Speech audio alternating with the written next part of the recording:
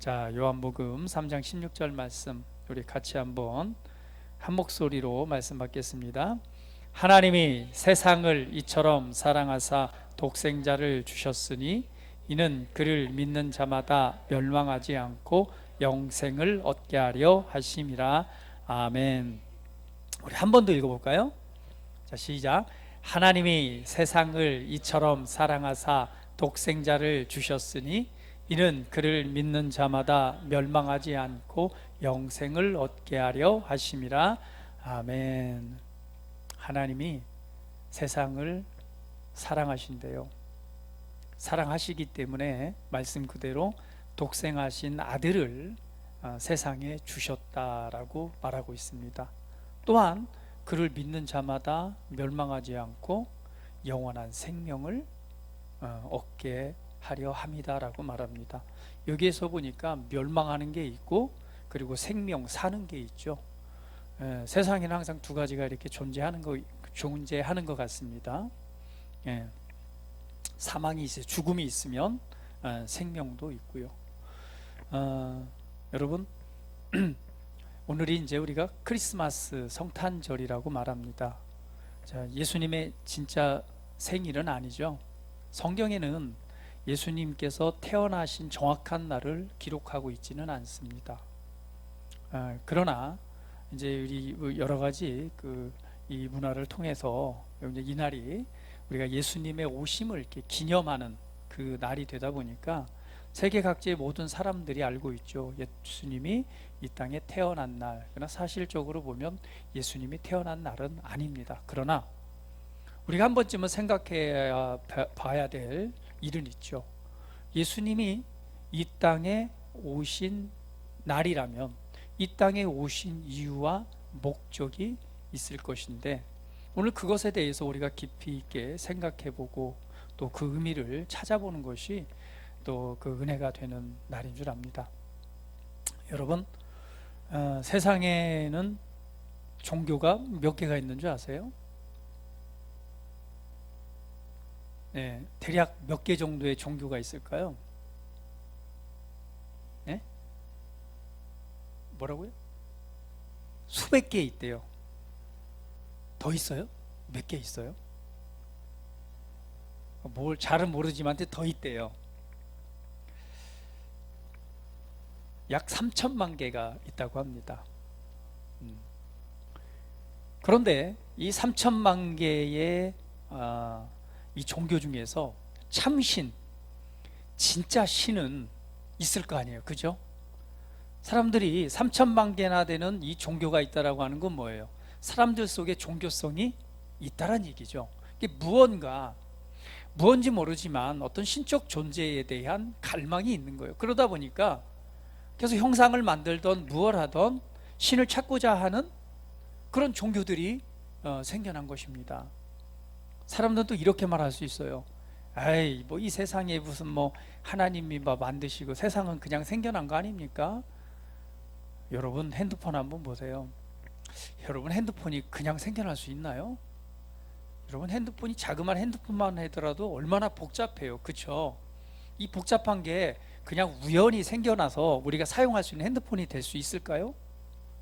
그런데요, 이 핸드폰보다 그리고 자동차보다 사람이 만들어낸 어떠한 물건보다도 가장 복잡하고 가장 어렵고 가장 복잡한, 그리고 사람이 만들어낼 수 없는 게 바로 이 사람이란 구조입니다.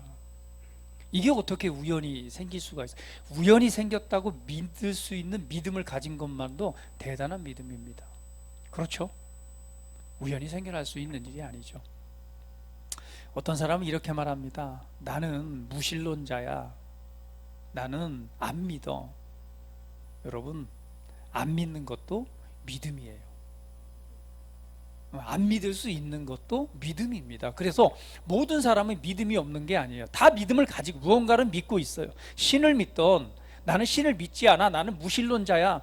아니요, 그 사람도 신이 없다라는 걸 믿고 있는, 믿음을 가지고 있는 거예요. 사람에게는요, 누구에게나 믿음이 있습니다. 왜 그런 줄 아세요? 네, 하나님께서 믿음의 존재이기 때문에 우리가 하나님을 믿던 믿지 않던 누구에게나 이 종교성이라고 하는, 그리고 믿음이라고 하는 것을 소유하고 있습니다. 그런데요, 세상에 있는 모든 종교는 3천만 개나 된대요. 그래서 한번 계산을 해보세요. 진짜 신이 누구일까? 내가 오늘부터 시작해서 일주일에 한 개의 종교씩 한번 탐구를 해보겠다. 여러분, 평생 죽을 때까지 3천만 개의 종교를 다 여러분이 탐구해보고 진짜 신이 누구인가 이렇게 발견할 수 없어요. 그 전에 죽습니다. 큰일 났어요. 그러면 방법을 한번 추려봐야 돼. 3천만 개를 내가 다 뒤져볼 수는 없고, 그래도 진짜 신이 있다면 신은 뭐예요? 사람에게 유익을 뭔가 주는 거겠죠. 진짜 신이 있다면 자기 자신을 드러낼까요? 감출까요? 드러내겠죠. 나타내겠죠. 신적 존재를 나타내겠죠. 그러면 신적 존재를 나타낼 수 있는 종교, 그래, 종교 중에서 가장 이 세계 가운데 가장 유명한 종교들을 한번 추려봐야 되겠죠. 뭐가 있을까요? 뭐가 있어요? 한번 꽂아보세요. 종교 중에 그래도 많은 사람들이 알고 있는, 정말 모든 사람들이 그래도 알고 있는 종교는 뭐가 있을까요? 불교, 그죠? 그 다음에 또 뭐가 있을까요? 기독교, 또 뭐가 있을까요? 기독교는 카톨릭하고 함께 포함되니까. 힌두교, 또 뭐 있을까요? 이슬람교. 자, 그래도 세계의 4대 종교라 하면은 그래도 이 4가지 범주에 들어가잖아요. 그러면 4개 중에서 그래도 신이 자신을 드러낸다면 그 4개 중에는 있지 않을까요? 그 4개만 탐구해 보세요. 그러면은 그 신을 만날 수 있을지도 모릅니다.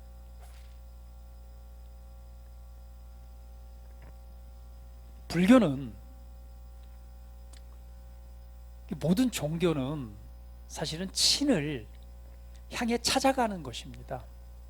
선을 향해 찾아가고요, 신이 누구인가를 갈망하면서 그 의로움을 찾아가는 것이 종교입니다.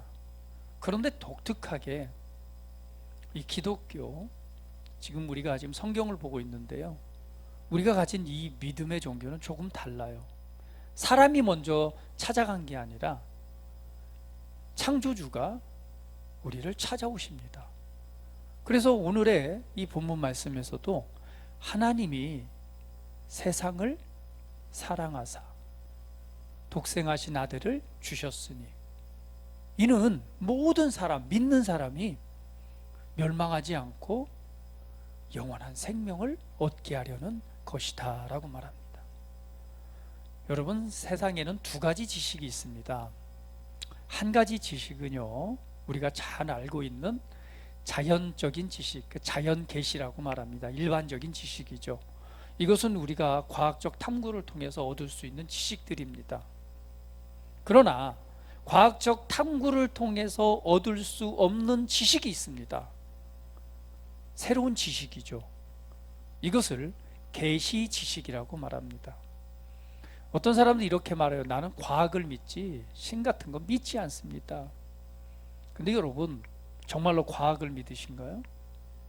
여러분, 과학에서요 70%가 바로 추론입니다. 가설이에요. 그리고 나머지 30%가 그 가설을 확증해낸 결과입니다. 과학도 뭐라고요? 70%가 가설이에요. 추측입니다. 이럴 것이다. 그것을 검증해낸 것은 30%밖에 안 됩니다. 과학도 믿을 만한 게 못 되죠. 그래서 여러분 잘 아시는 최고의 물리학자 아인슈타인이 이렇게 말을 했죠. 성경은 뭐하고? 말하고, 과학은 증명한다. 어디에서 지식을 얻은 거예요? 이 성경. 이걸 그래서 특별 계시라고 말합니다. 우리가 자연적으로 알 수 없는 일들에 관해서 기록되어진 책입니다. 세상에 창조가 어떻게 되어졌는가, 창조에 관한 비밀이 이 책에 숨겨져 있어요. 인간의 죄에 관한 비밀이 이 책에 숨겨져 있습니다. 영원한 생명에 관한 비밀이 이 책에 숨겨져 있는 거예요. 사람이 무엇인가, 사람이 누구인가, 소크라테스는 얘기를 했습니다. 네 자신을 알라. 자신을 어떻게 알아요? 알 수가 없죠. 사람이 누구인가에 관해서 그 비밀이 바로 이 성경에 쓰여져 있습니다. 그런데 오늘 이 성경에서 이렇게 말합니다. 창조주이신 하나님께서 세상을 사랑하셔서 독생하신 아들을 주셨다. 근데 아들을 보낸 목적이 있대요. 그 아들을 보낸 목적은 사람들이 멸망하지 않고 생명을 얻고 잘 되게 하기 위해서 보내셨다라고 말합니다. 여러분, 그 하나님께서 독생하신 아들을 보내셨다고 했는데 이 독생하신 아들이 누구예요?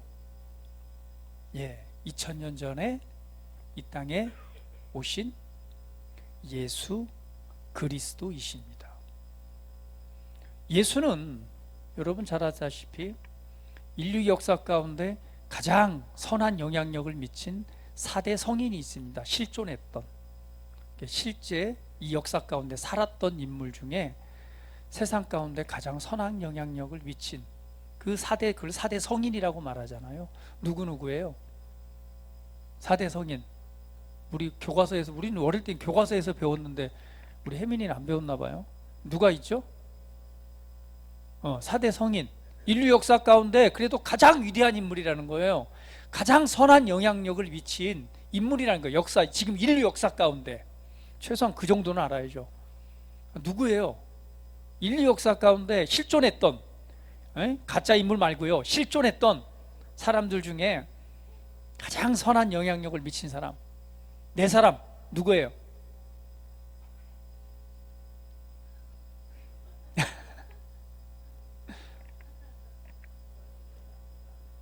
여러분 잘 알고 있잖아요. 석가모니. 그렇죠? 불교를 창시했던 석가모니. 그 다음에 또 누가 있죠? 동양에 소크라테스. 그렇죠. 소크라테스, 위대한 철학자죠. 그 다음에 동양의 공자, 그리고 마지막으로 예수님. 예수. 이 네 사람이 인류 역사 가운데 실존했던 가장 위대한 그리고 가장 선한 영향력을 만든 이 사람 중을 그래서 4대 성인이라고 말합니다. 그런데 이 예수가 중요한 것은 그것이죠. 분명히 역사 가운데 존재했던 이 예수를 우리가 뭘로 믿고 있죠? 우리가 예수님을 믿고 있잖아요. 그럼 과연 우리가 이 예수가 우리가 믿을 만한 존재인가 라고 한번 질문을 해볼 필요가 있습니다. 예수는 어떤 분일까? 오늘 보니까요, 하나님께서 독생자 아들을 보냈대요. 독생자 아들을 보냈는데 그 아들이 누구라고 말해요? 예수라고 말합니다. 그러면 예수는 과연 어떤 분인가? 예수는 어떤 사람인가? 과연 예수는 우리를 구원할 진짜 이 땅에 하나님 창조주가 보낸 구원자인가? 만약에 2000년 전에 진짜 하나님께서 이 창조주가 이 땅에 하나님의 아들을 보내셨다면 그것은 정말 놀라운 사건이죠.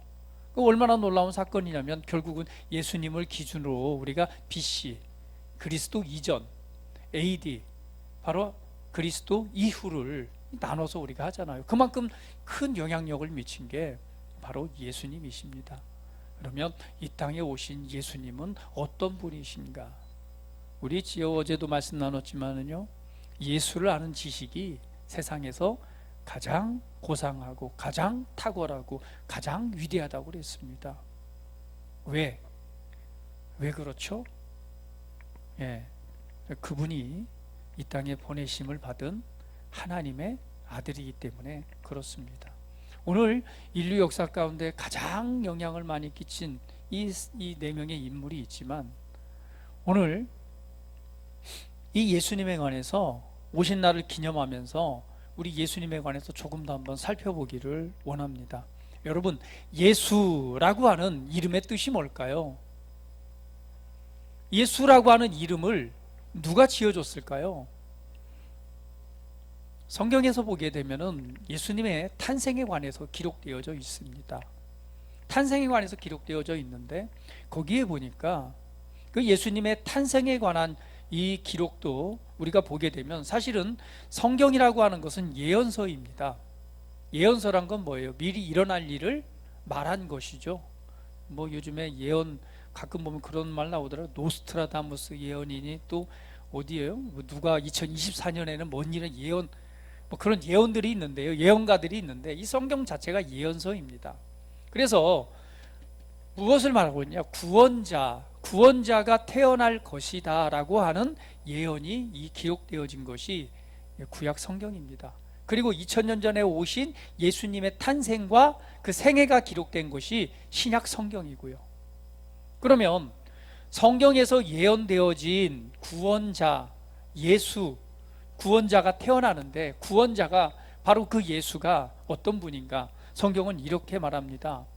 예수님이 태어날 당시를 보니까 천사가 어떤지 마리아죠. 마리아라는 한 인물이 있어요.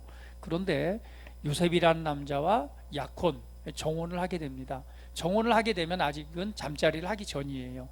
이스라엘 결혼해 보면은 정혼을 한 이후에 거의 1년 뒤에 이제 혼인을 합니다.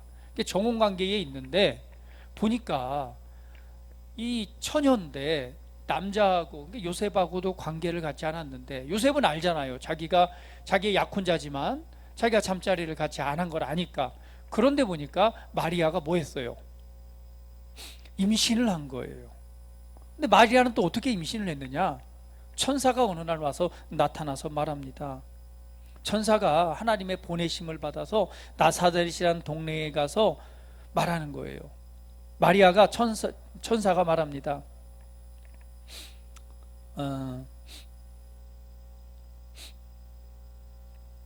볼게요. 마리아가 천사에게 말합니다. 나는 남자를 알지 못하는데 어찌 이러한 일이 일어날 수 있습니까? 그랬더니 천사가 마리아에게 말합니다. 성령이 너에게 임하시고 지극히 높으신 이의 권능이 너를 덮으시리라. 그러니까 이 탄생에 있어서 중요한 걸 말하죠. 그냥 요셉과의 정혼 관계에 있는데 천사가 와서 말을 하는 거예요. 네가 아들을 낳을 것이다. 근데 그 아들의 이름을 예수라 하라라고 말하는 거예요. 아니 저는 남자를 알지 못하던데 내가 어떻게 애를 낳을 수 있습니까? 그랬더니 천사가 와서 말합니다. 천사가 말하기를 하나님의 영광이 너를 덮을 것인데 그때 네가 잉태를 하게 되고 아들을 낳을 것이다. 그리고 실제로 그러한 일이 일어났어요. 그랬더니 요셉이 봤더니 어때요? 나하고 이미 약혼 관계인 여자가 뭐 있어요? 임신을 한 거예요. 난리 아니에요? 아니 결혼한 여자가 다른 남자하고 이렇게 해서 애를 가져? 그러니까 요셉이 선한 사람이라 그걸 드러내지 않고 조용히 끊어내려고 합니다. 그때에 다시금 요셉에게 천사가 나타나서 말합니다. 야 마리아 데려오기를 두려워하지 말라. 이는 하나님으로 말미암아 잉태되었으니까. 근데 그 말을 참 요셉이 여러분 같았으면 그걸 받아들일까요? 참 받아들일 수 있었던 거는 무엇 때문에 그럴까요? 진짜 천사가 나타나서 말했기 때문에 그걸 받아들이지 어떤 남자가 그걸 받아들입니까? 안 받아들이죠. 그런데 실제 천사가 나타나서 직접 얘기를 하니까 안 받아들일 수가 없는 거예요. 그래서 그 마리아를 받아들입니다. 그리고 나서 이 마리아에게서 이제 여러분 잘 아는 어디에서요? 이 마구간에서 가장 낮은 곳에서 예수님께서 이제 탄생을 하게 됩니다. 오늘 여기에서 하나님이 보내신 그 아들 구원자에게 이름을 주시는데 그 이름이 그냥 지어진 게 아니라 천사가 말을 하는 거예요. 그 이름을 예수라 하라. 그리고 또 말합니다. 또 한 가지는 그의 이름을 임마누엘이라 하라. 두 가지의 이름을 주는 거예요. 그러면 예수라고 하는 이름의 뜻이 뭘까요? 예수라는 이름의 뜻은요, 여호와는 구원이시다라는 뜻입니다. 그래서 그걸 해석하기를 마태복음에서는 자기들의 백성을 죄에서 구원할 자라는 말이에요. 그럼 예수라는 그 이름 자체가 뭐예요? 죄로부터 구원해내는 자란 뜻입니다. 할렐루야. 임마누엘이란 이름은 또 무엇이냐? 임마누엘이란 하나님이 우리와 함께 하신다란 뜻이에요. 그래서 예수님의 이름은 두 가지 이름을 가지고 있습니다. 한 가지는요, 죄에서 구원할 자. 또 한 가지는요, 임마누엘, 하나님이 함께 하신다. 결국은 예수님의 이름에는 하나님 창조주인 그분이 우리를 죄에서 구원하시기 위한 이름을 갖고 태어났고요, 또 한 가지는 내가 너와 함께 하겠다라는 이름을 가지고 이 땅에 오신 거예요. 그러면 예수님은 분명한 목적이 있었습니다. 이 땅에 태어난 이유와 목적이 있었어요. 그래서 예수님께서는 드디어 성인이 되었을 때 이 하나님의 아들의 일을 실행하면서 이렇게 말합니다. 나는 섬김을 받기 위해 온 것이 아니라 도리어 섬기려 하고 많은 사람들에게 나의 생명을, 나의 목숨을 대신 주기 위해서 왔다. 분명한 진술입니다. 나는 너희들에게 생명을 주고 너희 죄의 문제를 해결하고 너희를 구원하기 위해서 나는 이 땅에 왔다. 나는 아버지께로 보내심을 받았다. 아버지께로부터, 하나님께로부터 온 자 외에는 하나님께로 갈 자가 없다. 나는 길이다. 내가 진리다. 내가 생명이다. 또 말합니다. 나는 부활이요 생명이니 나를 믿는 자는 죽어도 살겠고 살아서 나를 믿는 자는 영원히 죽지 아니하리라. 여러분, 인류 역사에 존재했던 수많은 성인들도요, 이렇게 대답하고 이렇게 말한 사람은, 확신을 가지고 말한 사람은 없어요. 공자의 제자, 가장 이 공자의 이 제자 중에서 가장 정말 공자가 사랑했던 제자가 있습니다. 그 제자가 일찌감치 죽어버렸어요. 그리고 그에 따르던 제자가 묻습니다. 죽음 이유는 어떻게 됩니까? 그런데 공자가 얘기를 해요. 야, 살아있는 삶도 모르는데 죽음 이유에 대해서 어떻게 알겠느냐. 석가모니는요, 원래 불교는 신이 없습니다.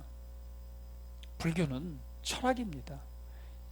이 땅의 삶에 필요한, 그러니까 이 모든 고난과 고통과 어려움들이 있잖아요. 그것을 수행을 통해서 극복하는 것이 이 불교입니다. 근데 그 후에 제자들이 이 종교로 만들어낸 거죠. 마찬가지로 이 석가모니도요, 죽음 이후의 세계에 대해서는 언급한 게 없어요. 왜? 모르니까. 소크라테스, 네 자신을 알라. 소크라테스도 마찬가지예요. 창조와 죽음과 죄와 죽음 이후의 세계에 대해서 확연하게 말하신 분은 예수님밖에 없습니다. 그러면서 말씀하잖아요. 나는 생명의 떡이로다. 나를 먹는 자는 영원히 살겠고 나는 너희에게 주기 위해서 온 살아있는, 하늘로부터 온 살아있는 떡이다 라고 말하는 거예요. 그러면서 여러분, 마지막 예수님께서 십자가에 못 박혀 죽음을 당하기 그 밤에 이 빵을 찢어주시면서 말해요. 떡을 떼면서 이것을 받아 먹으라. 이것은 너희의 죄를 용서하기 위해서 너희에게 주는 나의 몸이다. 그리고 포도주 잔을 따라서 제자들에게 나눠주시면서 말씀하시죠. 이 잔은 너희 죄를 용서하기 위해서 흘리는 나의 피, 곧 약속의 피니라. 그 예수님께서는 계속 말씀하셨습니다. 뭐라고? 나는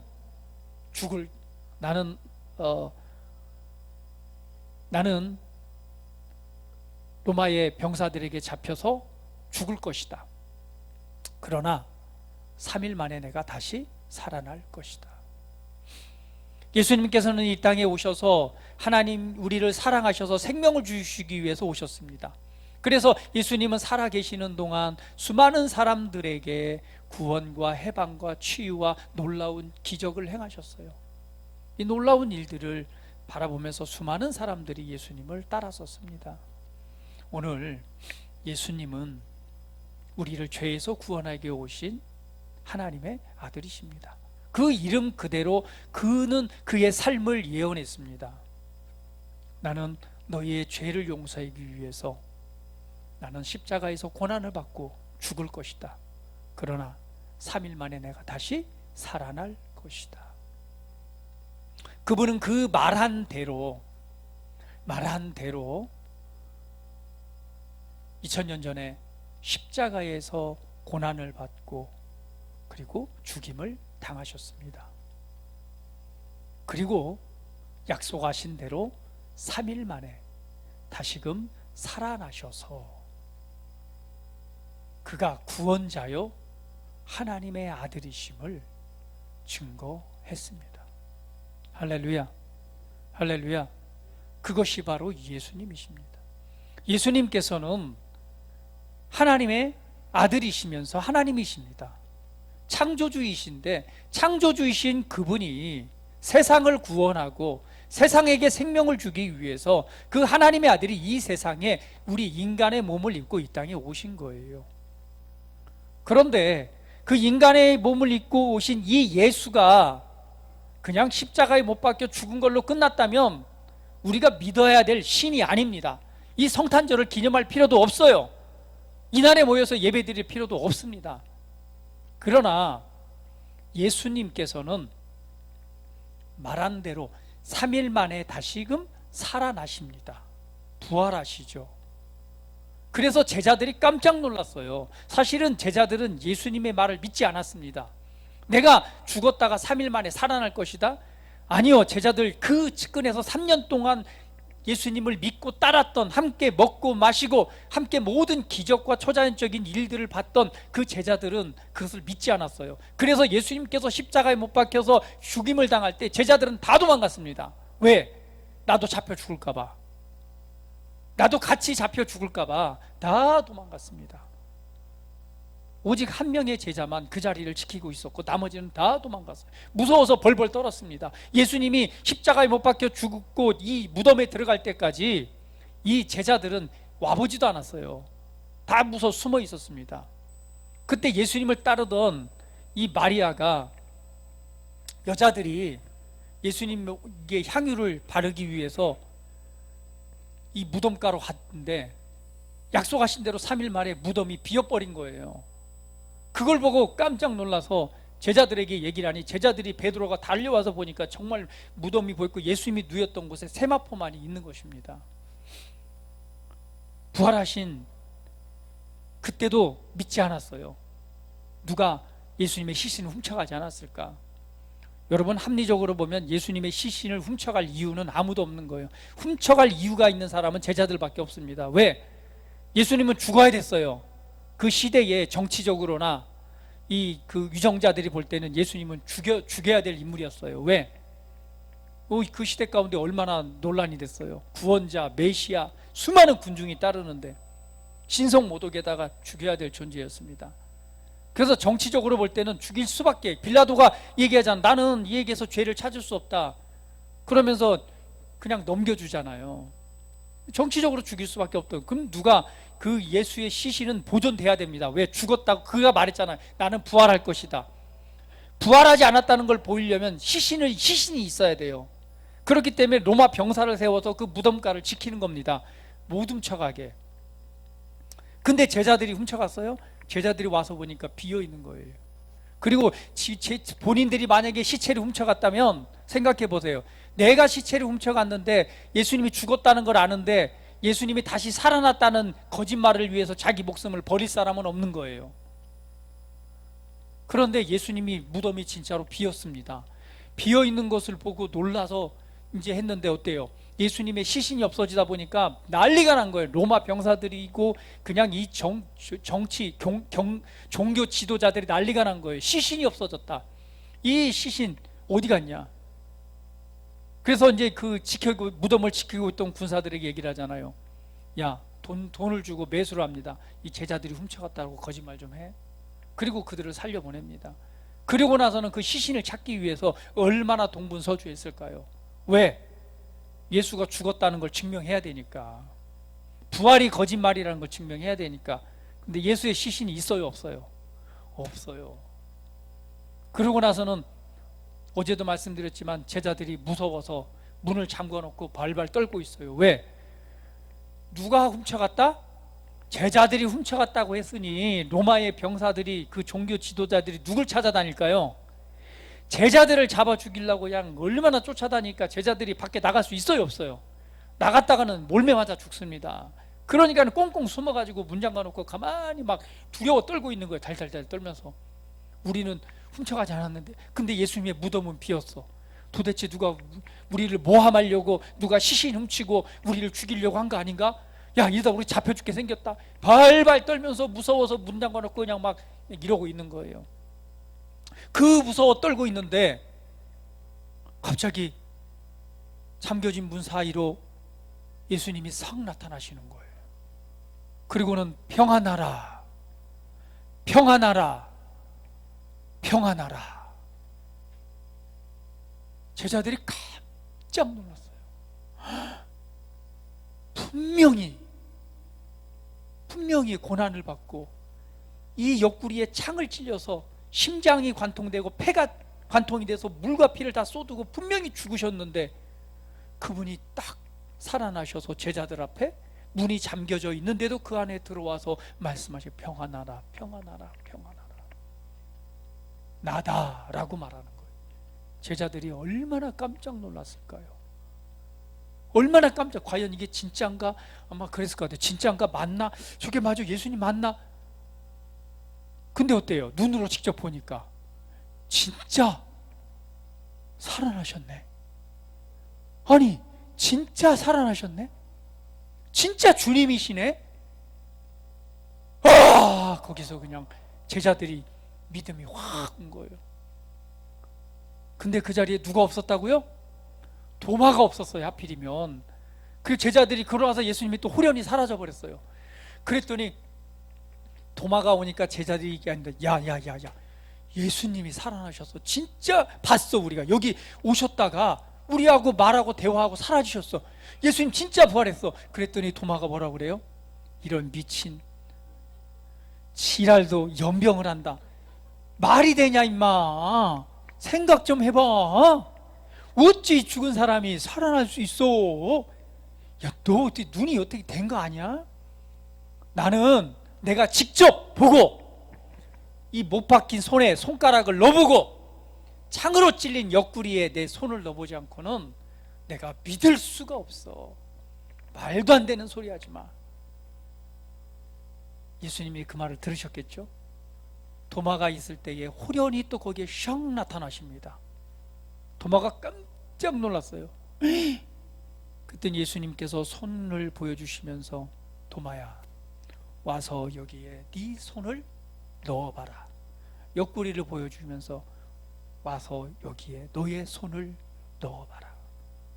그리고 믿지 않는 자가 되지 말고 믿는 자가 되라. 거기서 도마가 그냥 무너져 버렸어요. 무너져 버렸어. 그리고 도마는요, 믿음이 없어서 직접 가서 넣어봤어요. 손가락 닿다보면 여기도 만져보고. 그리고 대표로 말하는 거예요. 야, 우리한테 말하는 거예요. 야, 내가 만져봤으니까, 내가 넣어봤으니까 너희들은 확인 안 해봐도 돼. 그냥 내 말 믿어. 내가 직접 만져보고 직접 넣어봤어. 그래서 예수님께서 말씀하세요. 보고 믿는 자보다 보지 않고 믿는 자가 복되도다. 예수님은 이렇게 살아나셔서 40일 동안 이 땅에 사시면서 500여, 그러니까 예수님의 그 부활하신 예수님을 본 사람들이 수백 명이 됩니다. 거기에 성경을 500의 형제들에게 보였다라고 말하고 있어요. 그리고 그 제자들이 보는 앞에서 다시금 하나님 아버지께로 올라가십니다. 여러분, 성경이 예수님이 저기 부활하고 승천하신 이후에 30년에서 60년 사이에 다 기록됐어요. 그래서 바울이 얘기하기를 뭐라고 말해요? 이렇게 말합니다. 부활에 관해서 말합니다. 예수님께서는 부활하셨다. 저와 여러분도 그 예수님을 믿는 자들도 그 부활에 참여하게 될 것이다. 그러나 진짜로 부활이 없다면, 예수님이 부활하시 않았다면 지금 믿음을 갖고 교회를 다니고 하나님을 위해서 헌신하고 봉사하는 저와 여러분이 제일 불쌍한 사람들입니다. 그러나 여러분 보십시오. 그 부활하신 예수님을 보고 만지고 함께했던 사람들이 다수는 죽었지만 지금 여기에 수많은 사람들이 여기에 지금 살아있지 않습니까? 바울이 말하는 거예요. 여기 있지 않냐? 당신들 받지 않느냐? 많은 사람은 죽었지만 지금 현재도 예수님을 만난 여기 다수의 증인들이 있지 않느냐? 예수님은 부활하셨고 우리 또한 그냥 이 세상 살다가 죽는 것이 끝이 아니라 우리도 영원한 생명을 소유한 바로 부활이 있을 것이다 라고 증언하면서 말씀을 하는 것입니다. 예수님은 2000년 전에 이 땅에 보내심을 받은 우리가 믿을 수 있는 진짜 신이요 하나님의 아들이십니다. 그리고 그분은 다시 한번 약속하셨습니다. 내가 아버지께로 가지만 내가 다시 올 것이다. 이것이 마지막 남은 예언이에요. 이 마지막 남은 예언을 할 때 예수님께 이렇게 말씀한 이때가 되면은 그때가 온 줄 알아라. 예수님이 이 땅에 오신 지 2000년이 지났습니다. 근데 뭘 약속했느냐? 성경에 보면 이스라엘이 회복될 것이다 라고 말해요. 여러분, 이스라엘이 2000년 이후에 망한 이후에 국가가 없어졌습니다. 없어진 이후에 몇 년도에 이 국가가 새로 생성된지 아세요? 1948년도예요. 지금 이스라엘과 팔레스타인이 아니죠, 하마스, 이 조직과의 전쟁을 하고 있는데요, 지금 중동이 뜨겁습니다. 이스라엘의 회복이 되면은요, 그때가 마지막 때인 줄 알라라고 그랬어요. 그리고 마지막 때가 되면은요, 곳곳에 기근과 지진과 이전에는 경험할 수 없었던 수많은 자연재해들이 일어난다라고 말하고 있어요. 여러분, 우리가 평화의 시대에 살고 있습니다. 문명이 엄청나게 발전한 시대에 살고 있는데 지금 이 전쟁이 지금 몇 군데에서 일어나고 있는지 아세요? 그리고 앞으로 전쟁이 몇 군데가 더 터질지 아세요? 위태위태합니다. 우리 대한민국도 마찬가지예요. 분단국가고 휴전 중입니다. 세계 각지에서 어떤 전쟁이 어떻게 일어날지 몰라요. 그리고 우리가 피부로 느끼는 게 뭐예요? 기상이변이고 재해입니다. 제가 지난번도 말씀드렸잖아요. 이 지구 온난화 때문에 기후학자들은 얘기하기를 지구가 더 이상 붙잡을 수 있는 한계점을 30년을 보고 있다고요. 30년이 아니죠, 3년. 지구 온도가 올라가서 시베리아와 이 동토, 시베리아 그 북극 남극이 녹고 있어요. 빙하지대가 지금 녹고 있습니다. 심각하게 녹고 있어요. 오죽했으면 에베레스트도 다 녹고 있대요. 에베레스트가 녹으니까 얼마 전 뉴스 보니까 그 옛날에 몇십 년 전 묻혔던 시신들이 다 드러난대요. 근데 가장 중요한 거는 어디가 문제예요? 시베리아 동토, 영구 동토란 얘기는 영구적으로 얼어있는 땅입니다. 그 땅이 녹고 있어요. 그 땅이 심각한 문제, 그 동토가 녹으면 그 동토 안에는요, 메탄가스, 기후온난화의 주범인 메탄가스의 저장 창고입니다. 동토가 무너지면은요, 어마어마한 메탄가스가 나오게 되면 지구온난화를, 이 탄소 배출을 줄일 수가 없어요. 걷잡을 수 없는 상태로 이어져 갈 수 있습니다. 이게 지금 현재 우리가 살고 있는 세상입니다. 나는 우리 자녀들에게 하나님의 은혜와 보호하심과 은총이 늘 삶에 함께하기를 축복합니다. 어지러운 세상 속에 저희가 사는 세상도 참 너무나 빨리 변해왔는데 우리 자녀들이 살아갈 세상은 앞으로 얼마나 많은 변화와 급격한 변화를 경험할지, 문명과 모든 과학, 인류, 기술들이 발전해 갈 것이고 그에 따른 것만큼 지구의 수명도 위태위태해서 도대체 어디가 종착역인지 알 수 없을 정도로 지금 흘러가고 있습니다. 우리가 평화라고 말하는 이 평화가 진짜 평화가 아니고 어디에서 어느 곳에서 전쟁이 터져서, 우크라이나와 러시아 전쟁을 보세요. 우크라이나 살기 좋은 땅입니다. 저와 여러분이 이렇게 사는 것처럼 이런 세상 속에 갑자기 전쟁이 일어나서 지금 얼마나 고통 속에 살아가고 있어요. 도시들이 파괴되고요, 정상적인 삶을 살아갈 수 없는 세상을 우리가 직접 눈으로 보고 있습니다. 우리가 지금 이런 세상 속에 살아가고 있어요. 근데 예수님이 말씀하셨어요. 내가 다시 올 것이다.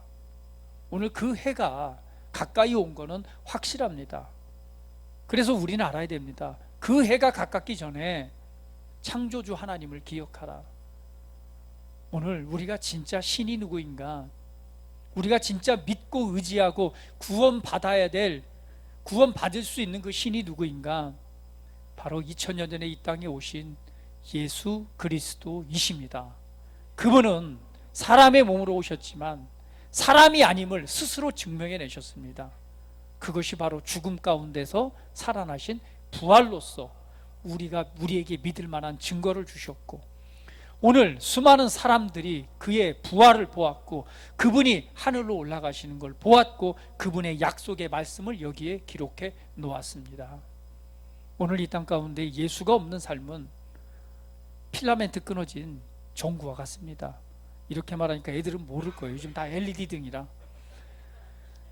이 전구가 옛날에는 필라멘트가 있어갖고 이게 자주 끊어졌어요. 끊어지면 빛을 밝히지 못합니다.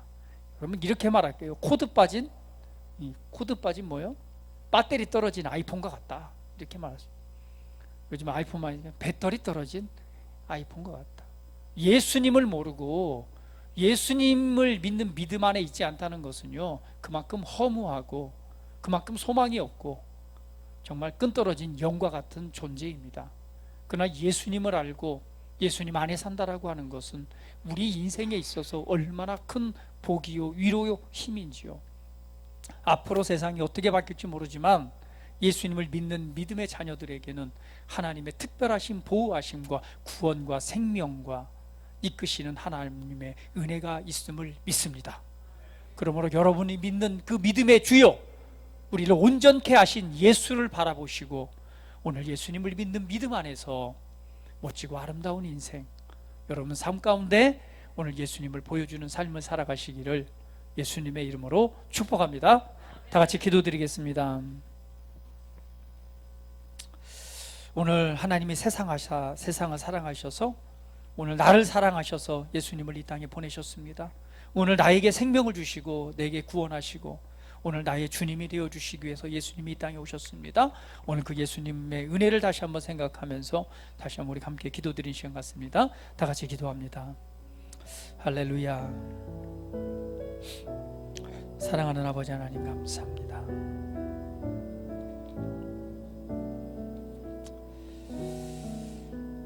주님 고맙습니다. 오늘 나를 사랑하셔서 나에게 생명을 주시고 나를 사랑하셔서 나를 구원하시고자 독생하신 하나님의 아들을 2000년 전에 이 땅에 보내셨고 그 예수를 알고 그 예수를 믿을 수 있는 은혜의 자리에 서게 하시니 감사합니다. 오늘 내가 예수님을 알고 예수님을 믿는 믿음 안에서 구원받은 자의 삶, 영원한 생명을 갖고 저 부활의 능력과 은혜에 참여하는 자로서 이 땅의 삶을 살아가기를 원합니다. 사랑하는 당신의 귀한 자녀들을 축복하시고 어디에 어느 곳 있든지 보호하시고 지키시고 위로하시고 힘주시고 하나님의 평안 가운데 새로운 인생을 살아가게 하시옵소서. 감사드리며 예수님의 이름으로 기도합니다. 아멘.